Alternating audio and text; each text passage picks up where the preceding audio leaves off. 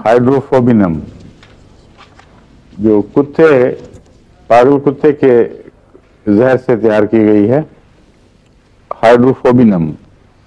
Stramonium में भी उससे कुछ मुशाबे अलामात पाई जाती हैं, इसलिए पागल कुत्ते का अगर होम्योपैथिक इलाज मजबूरी हो करना प्रिवेंटिव के तौर पे, वरना तो बेहतर यही है कि टीका लगवा लिया जाए, ऐसे रिस्क नहीं लेनी चाहिए, क्योंकि हमारा अभी इसमें लंबा तजुर्बा नहीं, मगर बाद जगह मजबूरन मुझे देनी पड़ी है दवा, और अल्लाह के फजल से उन सब केसेस में फिर उसको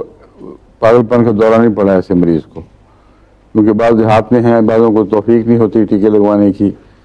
बाद इलाकों में मिलते ही नहीं हैं, तो वो मैं ये दिया करता हूँ स्ट्रेमोनियम 200 और हाइड्रोफोबिनम,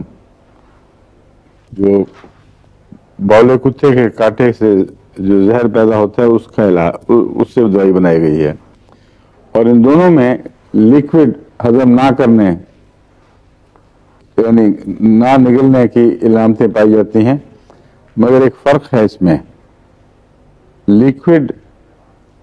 दरअसल वैसे ही बुरा लगता है ऐसे मरीज को,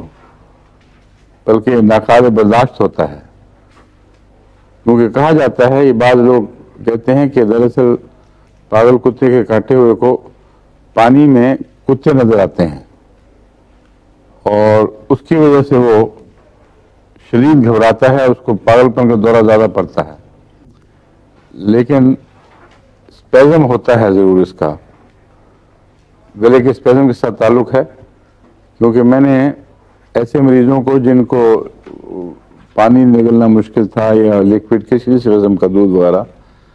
उनको हाइड्रोफोबिनम देके देखा है, अल्लाह के फजल से उनको फ़ायदा पहुँचता है।